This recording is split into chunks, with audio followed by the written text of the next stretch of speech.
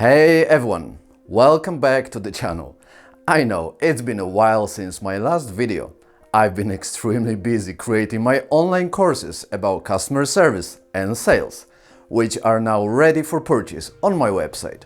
You can find the link in the description below and right here at the bottom of the screen. Today, we are diving into a topic that's crucial for any business: customer service. We often hear that a company is too big to fail, but the truth is, even giants can crumble if they don't prioritize their customers. Let's explore how poor customer service has led to the downfall of some well-known companies and what they could have done differently. First up, we have Sears. Founded in 1893 in Chicago, Illinois. Once a retail giant, Sears faced mounting challenges, not just from competitors, but also from customer dissatisfaction. Shoppers reported poor in-store experiences and slow responses to complaints. As customers turned away in search of better service, sales plummeted. If Sears had focused on enhancing customer experiences, they might have retained more loyal shoppers and adapted to the changing retail landscape. I understand there are always some unhappy customers who leave negative online reviews, but what I saw on Trustpilot left me completely shocked.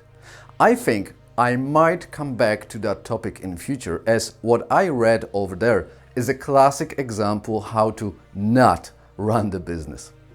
Next is Circuit City, a company founded in 1949. This electronics retailer struggled with unhelpful staff and frustrating return policies. As customers sought better service from competitors like Best Buy, Circuit City's reputation suffered. By investing in employee training and improving customer interactions, they could have turned the tide and built stronger relationships with their customers. But is this the truth? Is the company really recovering? When I looked at online reviews, they said something opposite. However, there was not so many at Trustpilot, so I kept browsing around. I found another online reviews page. Let's have a look at some of the customer reviews.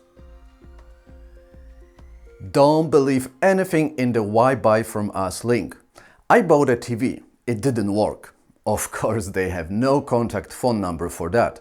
Then the customer service representative told me that they have no service for non-working products, even though I just got it yesterday, and gave me a Mitsubishi phone number.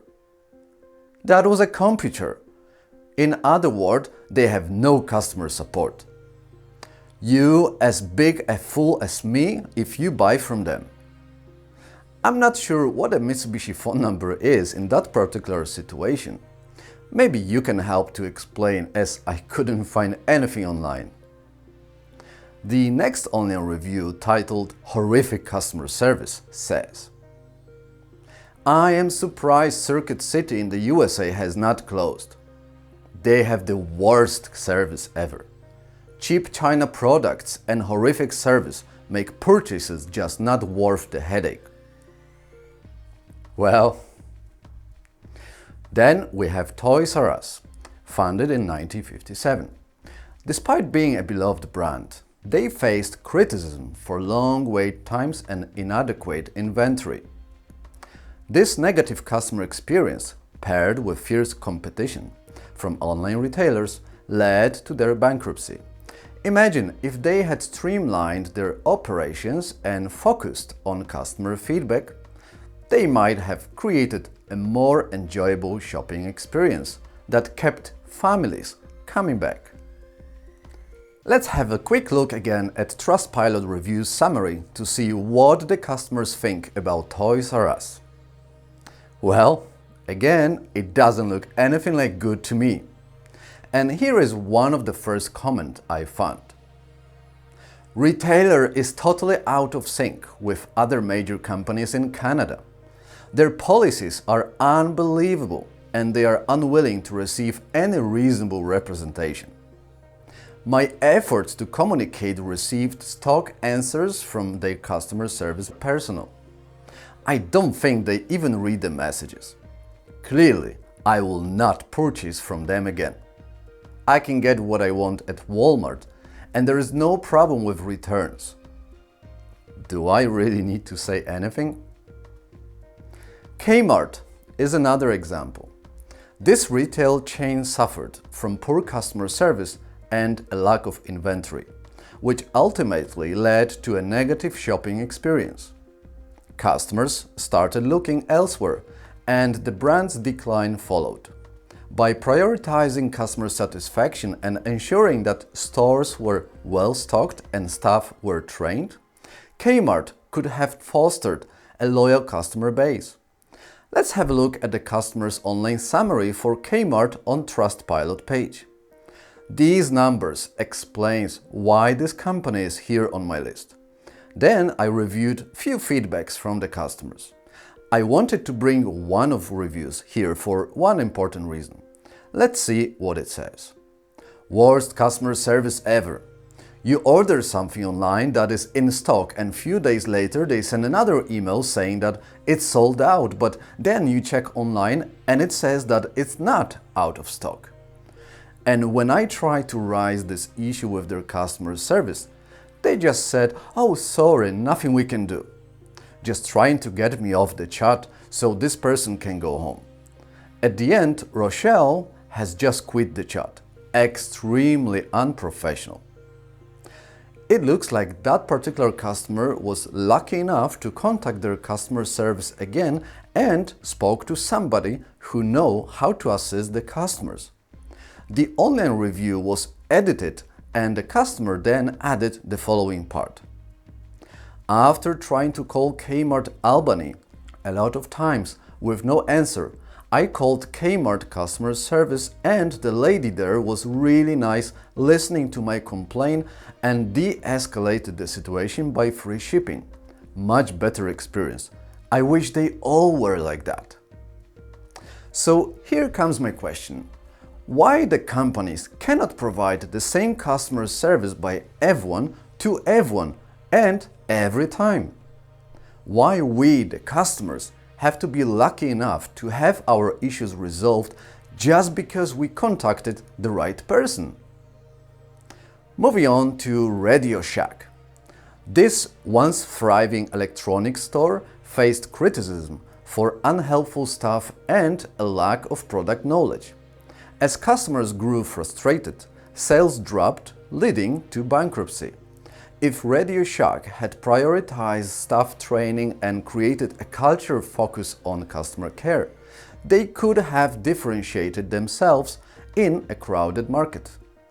Even though the general customer reviews are showing Radio Shack in a very bad light, I'm under impression that recently something has changed, as I read the last two reviews on Trustpilot. Here they are. Not sure why this company has such bad reviews.